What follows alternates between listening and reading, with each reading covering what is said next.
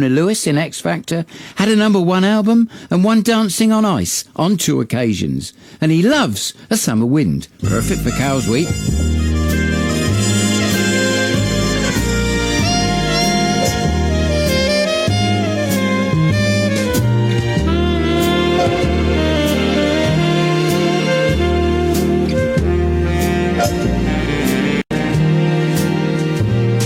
The summer wind came blowing in from across the sea. It lingered there to touch your hair and walk with me. All summer long we sang a song, then we strolled that golden sand. Two sweethearts and the summer wind, like painted kites, those days and nights went flying by. The world was new beneath that blue umbrella sky, and softer than a piper man, one day it called to you, and I lost you to the summer wind. The autumn wind and the winter wind have come and gone. Still the days, those lonely days, they go on and on. Guess who sighs his lullabies through nights that don't ever end? My fickle friend, the summer wind. Yes, the summer wind. Oh, the summer wind.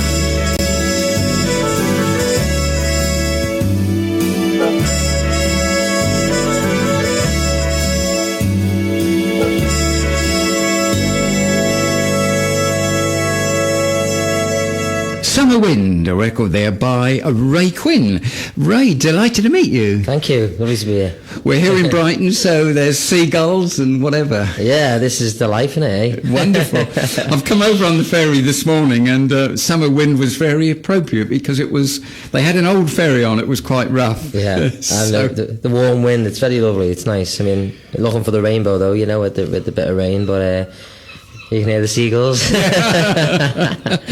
I tell you what, when you come to the Isle of Wight in Cowes Week, you'll certainly hear a lot of seagulls there. Yeah. You're coming on the Tuesday of Cowes Week to the Yacht Haven. Mm-hmm. Yeah, I'm very excited, very excited. I mean, I haven't done that before, so I've heard a lot about it, and looking forward to meeting the people and entertaining a little bit, you know. There's going to be a lot of people there, I tell you. Hope so. And you're on about 10 o'clock, I think? I think so, yeah. I'm going to be doing some swing music from my old album back in 2007, maybe a few new covers, and perhaps some of my new stuff, which I've been in the studio recently writing and help producing, just seeing the whole thing together, and it's all very exciting, you know. It's great. Swing music, Ray, is sort of back in vogue, isn't it? People like yourself and Michael Bublé and these sort of people that have brought sort of swing and the old sort of ballads back, really.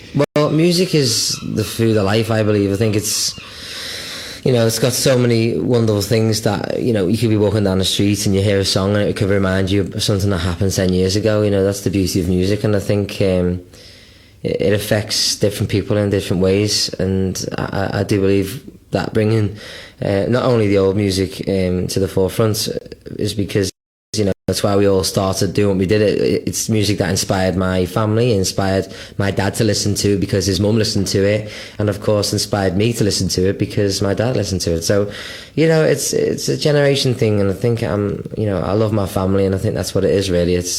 It keeps you connected, you know. But of course my new music is very much going into the pop scene and bringing me up to date and stuff. But I'll never forget it, and I've still got all that type of music on my phone. I just it's just a wonderful thing to be able to have, you know. We're in Brighton for a reason. It's your last week. You're currently touring in Judy Garland, which is terrific, isn't it? Yeah, I mean, we're in the Judy Garland songbook. We've been touring this for a while now. We've got Lorna Luft, who's Judy Garland's daughter, who's the star of the show, and of course myself, Lorna, and Louise Dearman is a fantastic West End star. She's played both of the Wicked Witches in Wicked in the West Ends. Her voice is unbelievable, and we've got an amazing cast as well alongside us with Georgina Hagan and Rachel Stanners and Darren Bennett, and we've got the boyfriends as well who match up to Lorna extremely well. And yeah, we've had a fantastic run. It's been an amazing show, very inspiring show at a time in your life when inspiration is a wonderful thing. You know, from the beginning, the show's grown from strength to strength, really. The feedback that we've been getting from the audiences, standing ovations, say it all, really. And, you know, we felt very proud of the show. We've got Arlene Phillips, who's creative director, and Chris Minogue's image at the beginning of the whole tour of the show was, you know, a 5-star award from the beginning, before we'd even started, really. And it's gone from strength to strength, as I say, and it's been a wonderful show to be a part of. Arlene Phillips has been on this show, Louise Dearman's been on this show, and Lorna Luft's been on this show, and now Ray Quinn. So I've been lucky. Oh, so that's good then. Looking back on your terrific career, Brookside, The X Factor, Dancing on Ice, and Ray, you were sort of dancing at 6, weren't you, at age 6? Yeah, well, I started when I was 3, actually. Did you? Yeah, that was my What were you doing? What were you dancing at 3 then? Well, my mum sort of said to me when I was a kid, like, you know, he's always entertaining and I should take him to do something like that, because I think he'd enjoy that more than going to football. Because although I was a physical little boy, like character, a physical sort of charismatic character when I was a kid, I was never really into sort of sport, and I'd never really sit down with my dad. Like, my brothers would sit down with my dad, watch football and all that, and I'd never really occurred to me. But when Top of the Pops was on, I was you know, right in the middle of the living room, picked up an old sort of wooden guitar that my dad bought me for Christmas, and wanting to sort of show off. And then my mum took me, and I hated it first few months, and just didn't want to be there because I was the only boy amongst 50 or so little girls. I was like, this is not the place for me. And then eventually got used to it, and just it became my life and hobby, and now it's my career and how I earn a living. It's a tough industry to be in, but I love it, you know. Anthony Murray and sort of Brookside, that really gave you a great start, didn't it? Yeah, I mean, I had to grow up very fast, being the child actor that I was, but it was, again, a fantastic experience. I met so many wonderful people who are still in my life today and friendly with, and yeah, I mean, it's a huge part of my life. It's something that I'll never forget, and I look back on fondly with the awards that I won and the people that I met and the lessons and things that I was learning along the way, you know, and how to conduct myself in a professional manner from a very young age. It was great. Great storylines too, lots of bullying. Yeah. And of course, the big murder storyline. Yeah, I mean, they came to me and my mum, my dad, had to go into a meeting with Phil Redmond, and he said, look, you know, we want to do this story with you. And we were like, okay, what is it? And he pitched it to us, and I was like, yeah, let's do it. And mum was like, okay, hold on a minute, what is it he's going to have to do, you know? But then after much deliberation and chatting with him and finding out it was a really good storyline for me to get my teeth into, I went with it, and you know, we got 2 awards out of it. We got Best Storyline and Best Dramatic Performance, which back then there was no like child actor awards. I mean, there was hardly any. There was a handful, maybe under 10, who were in soaps.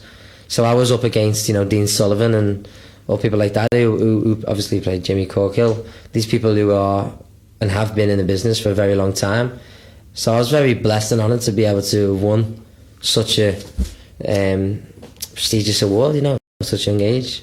It was described as one of the most shocking storylines in British television history at the time, I think. Yeah, that and kissing on screen with two women. That was the that was another one that was made in history. And the Under the Patio. Brookside has brought so much spectacle to the television, and I know my nan, bless her, God rest her, it was one of her favourite shows, and when she found out that I was on it, she was just beside herself. She was so happy.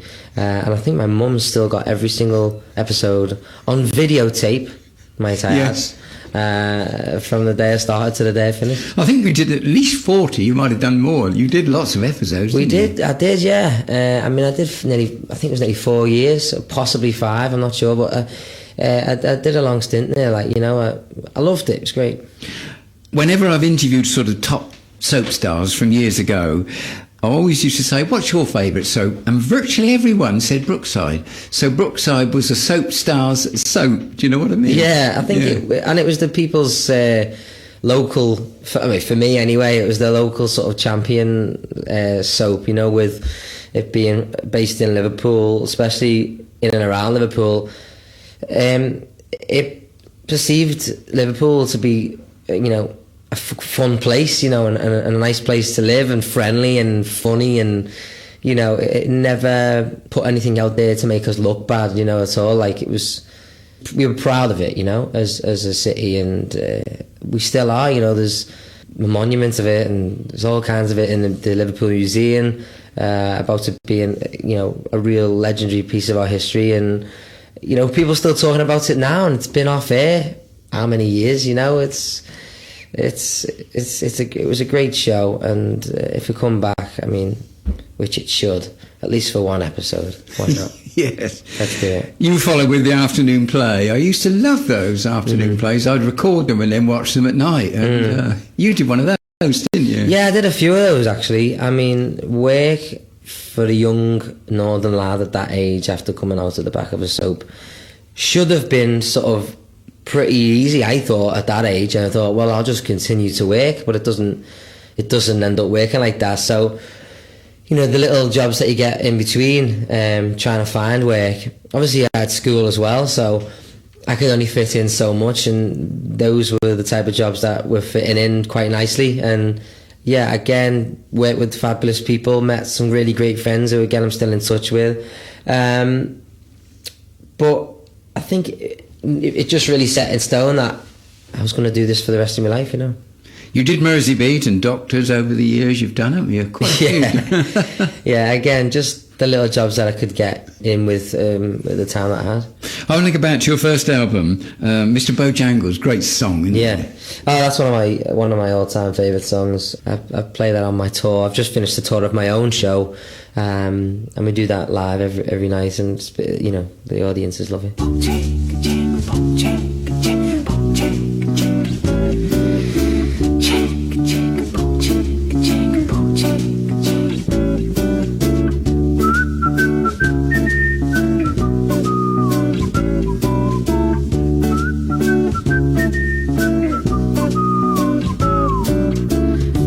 Knew a man, Bojangles, and he'd dance for you in worn out shoes, with silver hair, a ragged shirt, and baggy pants. He would do the old soft shoe,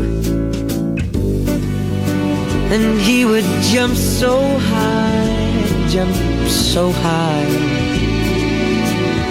and then he lightly touched down. He told me of a time when he worked with minstrel shows, traveling throughout the South. He spoke with tears for 15 years, always dogging him. They would travel about, then his dog up and died, got up and died. After 20 years he still grieves, dance now and every chance in honky-tonks for my drinks and tips. But most of the time I spend behind these old county bars. You see, son, I drinks a bit. Then he shook his head. Oh Lord, when he shook his head, I swear I heard somebody say, please, please. That's a Mr. Bojangles. They call him Mr. Bojangles.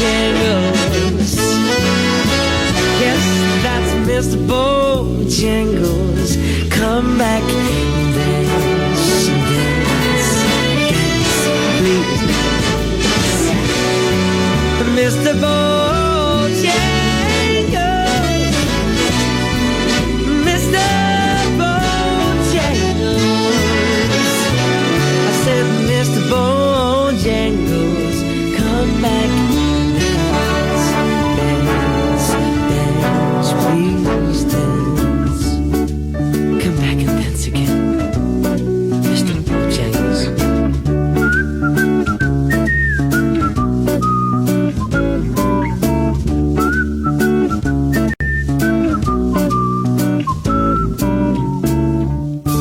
Still to come, lots more from Ray Quinn, and in the second hour, Graham and Rose Daish.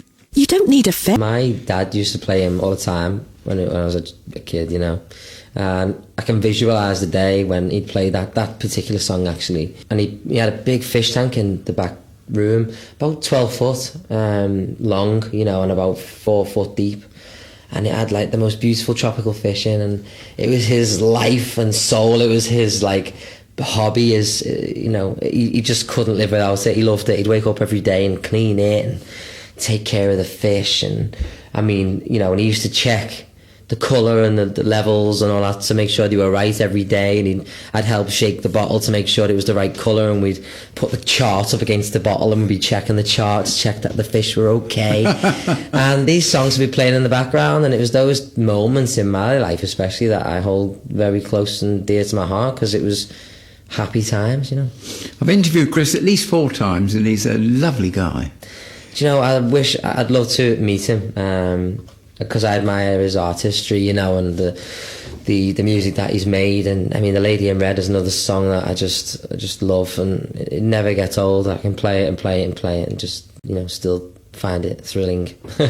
2006, looking back, was a great year for you, really, because obviously X Factor, which sort of really launched you in a huge way, didn't it, really? Yeah, and I didn't realise until you look back on it just how big it was back then, you know. I had a 32-date tour or 38-date tour, and we sold out every venue. I mean, you know, I've been on tour now for the last sort of, I would say 3 or 4 weeks or so. And, you know, my tour's been selling really well, but I've been doing all the ins and outs of it myself with, you know, the business side of things, because, of course, I'm the one running it. And I never saw that when I was 16, 17, or say 18. I never saw any of that. I just got up and performed, you know. So you see a different side to the entertainment business when you're doing it yourself. But yeah, you don't realise how big it was. But I mean, what a platform for me to launch off, and I've had a good 9-year stint on it at the moment, and hopefully going to continue that way, you know. Obviously, you came second to Leona Lewis, who's done fantastically well. So 2 from that competition have really done well, haven't they? Yeah, a lot of people do say to me, you know, you know, that year was my favourite, and so many people come up to me and say, you know, that year for us was the one that we just get excited to get home and watch, and it's never been the same since, and all this, that and the other. And I'm like, really? You know, like, that year was, you know, for me anyway, one of the most exciting years of my life. You know, I never thought it would happen the way it did. You know, I went down to the audition completely unaware of what was going to happen, and I looked at however many thousands of people that was sat outside waiting to go in, and I thought, there's no chance I'm not going to get through all this.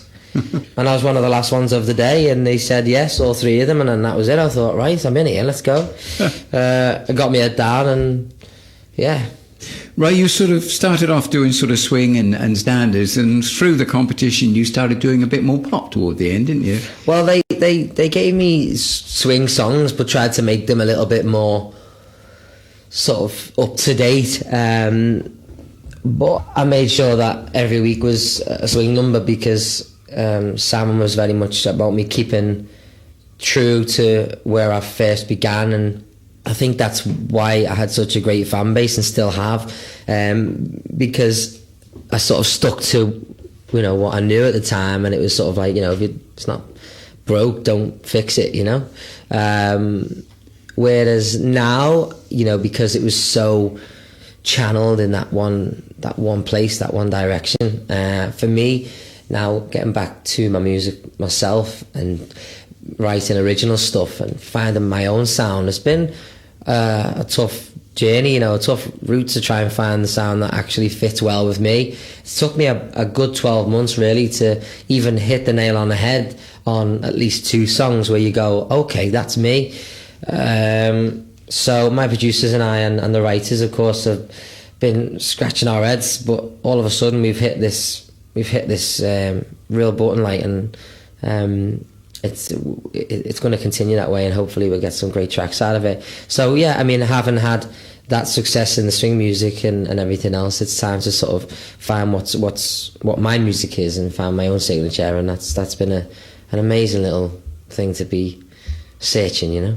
You almost went out once or twice, didn't you? I suppose, in a way, but you sort of in the competition. Oh, in the competition, yeah.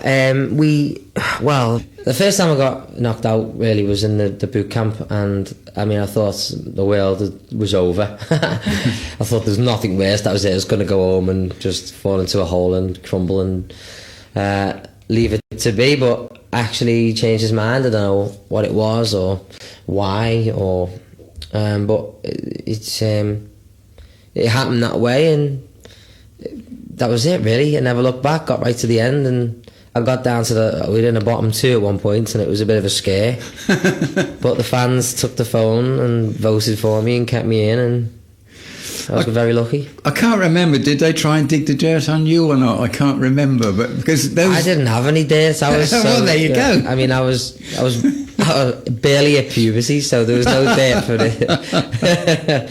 So, you know, there's hardly any dirt there, to be honest, at all. I was a college student boy and looking for and chasing a dream, I suppose. You sort of followed up with the #1 album, which in the first week went platinum. I think sold about 127,000 in the first week. Mm-hmm, yeah. Remarkable when you look back. Again, yeah, I mean, we hit 338,000 copies, and it was just, now I just think, wow, you know, is that even possible? But the show itself, the platform that it gave me, again, just was overwhelming at the time, and still is when you look back at it, but it's managed to throw a stone in my way that I can keep climbing, and you know, again, 9-10 years down the road, I'm still here and still doing what I love to do, and you know, feeling very lucky.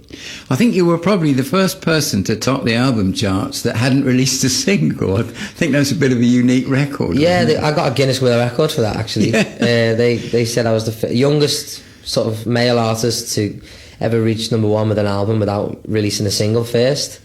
I don't know if that's been broke since or whatever, but I was chuffed to bits, because when I was a kid I used to watch that Guinness World Records all the time. People popping their eyes out and things like that. I mean, yeah, I was into all that weird stuff. And obviously you mentioned a sellout tour, which was terrific, really, wasn't it? Yeah, it was fab. I had the big RQ and lights. I thought I was Donny Osmond. It was it was fabulous. It's a bit sad because not only you, but lots of people sort of get dropped eventually by Simon Cowell. When that happens, you know, you must be quite sad and a bit sick, or not really? Yeah, oh gosh, I mean, I cried my eyes out, but that's just me being honest. But, you know, you do, like the Brookside thing, you do believe that when you finish something, you know, you're going to continue to get other work, and in fact when you're in something that great and it's going so well, you think, oh, it's never going to end. But all good things indeed do come to an end, and it's how you spin it and how you make the most of the platform that he's give you, you know, and that the show gave you. So for me, it was like, right, well, let's play to my strengths. And I got an agent, and my manager got me an agent, and I went into the West End, done a few auditions, and I got Grease. And I've always wanted to play the West End, always wanted to do that musical theatre. As you know, for me, being the age of 3, that was where I started training, was the musical theatre scene. And I had something to fall back on, you know, and use the platform it gave me to excel in something that I trained hard for since I was a kid, you know. Brilliant, Grease. Brilliant show, isn't it? Yeah, absolutely. I loved it. It's one of my favourite shows. It was definitely on my bucket list, so that was ticked off pretty quick. One of your fans, one of their favourite songs is Fly Me to the Moon that you sing, I think, isn't it? Yeah, she'd come up to me and be like, please just sing Fly Me to the Moon. I mean, she'd be like, I just have you of a morning in my kitchen singing Fly Me to the Moon, and I'd cook everybody bacon and egg. And that was their vision. She just wanted me to sing that. She said she has me on repeat, like, which is, you know, very, very nice. It's a nice little compliment there. But yeah, Fly Me to the Moon, I think, is one of those easy listening songs. You never get bored of it. Fly me to the moon, let me play among the stars. Let me see what spring is like on Jupiter and Mars. In other words, hold my hand. In other words, baby, kiss me. Fill my heart with song and let me sing forevermore, because you are all I long for, all I worship and adore. In other words, please be true. In other words, I love you.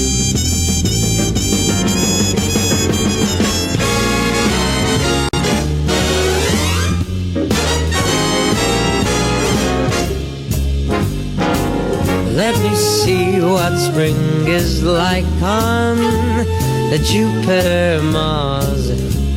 In other words, hold my hand. In other words, please just kiss me. Why don't you fill my heart with song?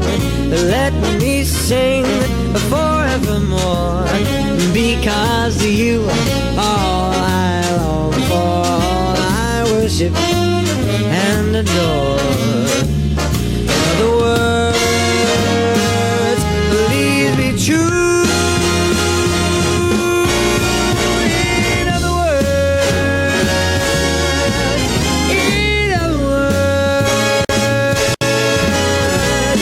I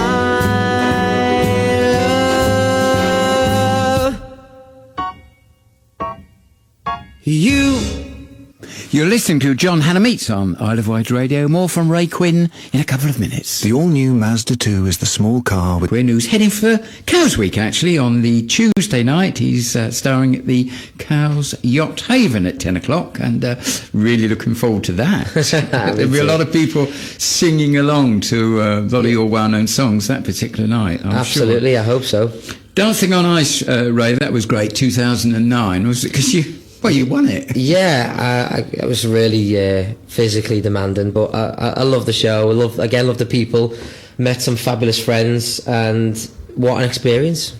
You know, Maria, I think. How do you pronounce her second name? Filippov. I'm glad you said that. I wasn't quite sure. Yeah, I used to call her Stroganoff, but because no one could ever get it right. Yeah, she's a wonderful friend of mine, a fabulous woman, brilliant skater, a dear friend of mine, and yeah, she was a great sort of companion, if you like, to have with me at the time, and alongside me, cheering me on and patting me on the back when I did well and slapping me around the head when I did it wrong, and keeping me under wraps, because I mean I'd just get too excited to go out and skate and do my performance because it was something different. The adrenaline used to run through my body. You were a bit better than Todd Carty. Do you remember Todd? Yeah, Todd. Lovely guy, isn't he? Yeah. Every time I see him, he talks about it. Yeah, he took it for what it was, and that's the best way to be. He just enjoyed himself and had fun and thought, well, why not, You went back in 2014, didn't you? Yeah, for my sins. I don't, but I did it because I wanted to, because I'd won the first show. I thought, well, I can't be having somebody else take that title from me. I'm quite a competitive naturally anyway, so when I got the phone call from Jay to sort of come and do it again, I was like, yeah. Got some skates, got in the gym, got fit again, and off I went. You won again? I did win again, yeah, but I was so desperate to win. I just wanted to have that little crown, and be like the best of the best. But I mean, that's just me being a typical bloke. Do you still ice skate or not? I don't at the moment. I haven't had a chance, to be honest, and with the show and everything else, I travelling them skates around with you if you're flying anywhere, it's a nightmare, because they won't let you on the plane with knives on the bottom of your shoes, and carrying them around anyway, they're blinking heavy, so you just gotta keep them at home and go as and when you can. Right, you mentioned Greece. You've been in Legally Blonde, Dirty Dancing, Little Voice, so you've had a good variety of shows, haven't you, really? Yeah, not that many, but there's only so much you can fit in 12 months when you're doing 6 to 8 month contracts. But yeah, I've been very, very privileged to have had so many things falling into place, really, and sort of got jobs that have followed on from each other. But now I'm in a position where I can sit back. I'm still only 26, done so many different things in my career, and I'm trying to sort of not choose one, but know what makes me happy and know what makes me feel good about what I do, and know what I do and what I get back from it also makes me feel good. So I'm in that sort of box at the moment, and I'm doing my music and I'm enjoying the theatre. So the future's bright, hopefully. Who knows what's going to happen? Who knows what's around the corner? You never know. But taking control of your career and knowing what's best for you is most important, because at the end of the day, the reason why we all do this and we all work in the entertainment business is because we love it. And the moment you stop loving it is the moment you should back off and stop, because it's not worth it. It's not worth the aggravation. You've done Ready Steady Cook, All Star, Family Fortunes, Pointless. You've done a few sort of game show type of things, haven't you? Yeah, only because Family Fortunes, my family got to come on with me, and they loved it, and they loved that show. But it's one of those things that when you get asked, you just go, oh yeah, whatever. Then when it comes to it, you're like, oh God, why did I say I'd do this? Because I'm really not academically clever, really. I'm I'm more creative, artistic, and when it comes down to politics and questions about this, that and the other, I'm just I don't know, don't ask me, because I just don't know, and I end up embarrassing myself. It was a good job I had my uncle there and my dad, because they're clever, Right, I fell in love with a young lady on Bad Girls, and she played the character of Shell Dockley, Deborah Stevenson. Oh, yeah. And I got an ambition to interview her, and she was absolutely terrific. And you quite recently did a show with her, Get Your Act Together, wasn't it? Yeah, it was, again, a last minute thing. I got a phone call about 5 days before the first filming day, and they said, it's this new show, it's Get Your Act Together, and basically give people certain roles to do, and they come out and perform them. So okay, great, thinking that they'd give me something physical, like a gym role or gymnastics or trampolining or something. No, I got impressions, so I was like, oh gosh. And then I got a phone call from Deborah, and she was like, hi. I mean, I've been friends with Deborah for a while now. And she said, guess who's mentoring you? I was like, no way. So then it was just a case of just getting friends together, like me and her, and trying a few voices. And in the end, sort of turned out pretty well, and I won the thing, which again was surprising. But the fans backed me up, and I won with the help of Deborah. You know. Got any impressions you remember from that show? Come on. Do you know what the thing is? Like, You can't do it. This is my thing. Everybody says this to me when I'm on a radio show, and I'm like, yeah, no, I'd love to do it. Yes. But my impressions come from a physical standpoint. So when you see me do it, my movements or whatever will be more of a thing than my actual voice. I think that's why I got away with it. So I wouldn't be able to get away with it on the radio. You could always say you were impersonating one of the Beatles with your Scouse accent, couldn't you? Yeah, but the Beatles, you know, they had a different accent. They talk like that, you know. It was really it was rounded, you know. Like Well, that. there you go. I did get one out of you. You see. Whereas now, like the Scouse accent's gone a little bit more harsh. Like, you know, there's cat and star, and you know, it's quite like Gerard. You know, it's a different. The accent's changed so much since the Beatles. Right, when I was younger, there was a building in America called the Brill Building, when lots of people like Neil Sedaka, Neil Diamond, and went to write songs. And I think you went to King's Cross. There was a sort of an in-house songwriters thing at King's Cross. Is that true? King's Cross is where my studio is at. A tile yard there with Troika Music. And I mean, every single person who's in the music industry, who's writers, who's producers, who's engineers, I mean, they're all there. I mean, it's like a little community of musos. It's quite special. Well, it's a bit like the Brill, but quite a few years on then, isn't it? Yeah, when everybody so. Gets together. Yeah, and there's a little cafe around the corner, and you know, it's like we all live together. You know, I mean, we're in the studio from like 6 o'clock in the afternoon, right through till midnight, and some days you're in there early till 7, 8 o'clock in the evening. And you know, you go round to the cafe or whatever, and you're seeing the same people all the time. Oh, hi, you know. But we all do the same thing. And you write songs while you're there? Yeah, for sure. Yeah, I have about 5 or 6 writers helping me and help me put my music together.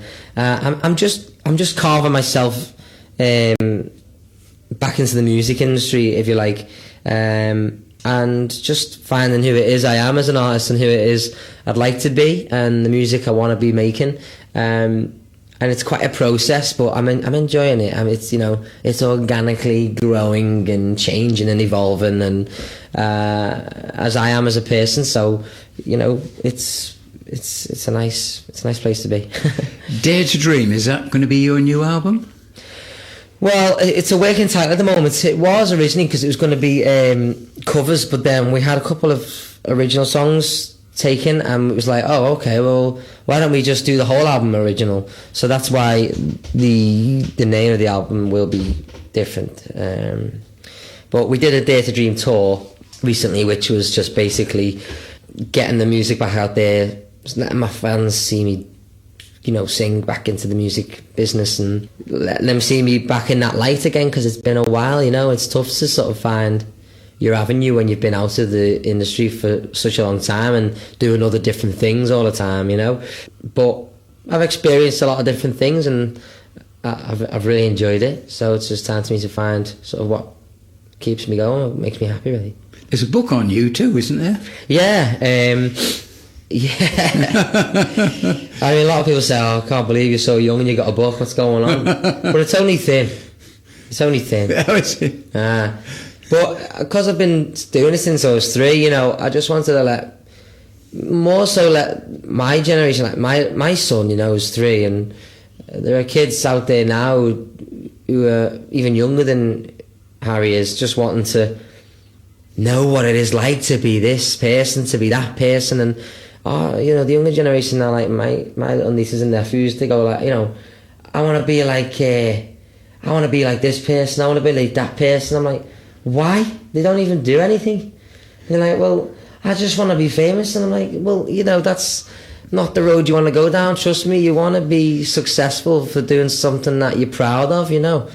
And like, right, okay, well, what's it like to be like you then?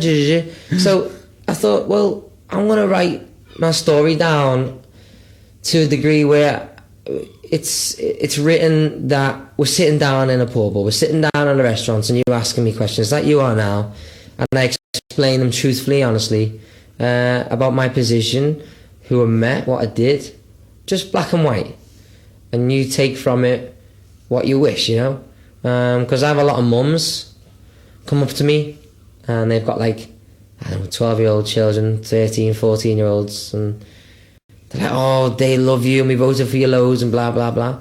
When she was 6, I'm like, oh, God, I feel old. But they say to me, you know, he is into musical theatre and he's doing this, that and the other, and she's doing this, that. Have you got any advice? And I'm like, I don't know what to say, because everybody in the industry has a different path, you know. So I can only give you my advice on what's happened to me. So that's what I did. I put it in a book, and there it is. Ray, thanks for your time, because it's your free time today. I appreciate that. That's all right. You got a show tonight. I have got a show tonight, yeah. Again, the Judy Garland musical has inspired me more than you could even imagine. I'll be honest, I mean, I knew of Judy Garland, and I knew obviously of the old-fashioned movies like Star is Born, and Gene Kelly was a favourite of mine, so Singing in the Rain and Fred Astaire, and you're looking at all these fabulous movies that I grew up watching, but I never knew a lot about Judy Garland's life, her personal life, and I'd obviously never met Liza, I'd never met Lorna or anything like that. So the show, being involved in it and seeing her life and seeing how she was a star, you know, and there aren't that many out there, but how she carried herself, how she had children and had tragic times in her life, but remained true to her artistry and remained true to the entertainment business, the one thing that she loved to do, and didn't matter what anybody said, just kept doing it because that's what kept her driven. And although she had tragic times, she was never tragic. She was a happy, funny person with lots of wit and intelligence, and wouldn't have anybody messing her around, and still managed to bring up, you know, however many children, and you know, sustain a fabulous career. And you're heading for Cows Week, Tuesday night, Yacht Haven. Cows Week. Ray Quinn live, 10 o'clock. I'm looking forward to it. I can't wait. My manager's booked this one a while ago, so it's going to be exciting, you know. I'm sure the turnout will be great. Hopefully the weather will be nice, and we can have a little bit of a sing-a-song, you know. Thanks for your time. You're going to make me feel very old now, Ray Quinn, because you've chosen a record which I bought on a 78. Well, this record for me, again, is just one of those moments when I was a kid. I remember sitting in the living room with my pen and paper, and I was drawing, because I like to draw, I love painting, and I was colouring in this picture, and this song came on, and I said, whoa, who's that? You know, in my head. And my dad came flying in the living room with his socks on, sliding across the laminate floor, and he said, hey, if you can sing like this, you'll be a winner, trust me, you'll be a star. So I went, all right, Dad, yeah, whatever. And he said, I'm going to play it again so you can hear it, and listen very carefully. This is one of the best vocalists in the world. And it was Slim Whitman, and a song called Rosemary. And I've still got it on my phone today. Yeah, I know, I'm just doing it. Lots of luck in the future. Thank you, nice one. Oh.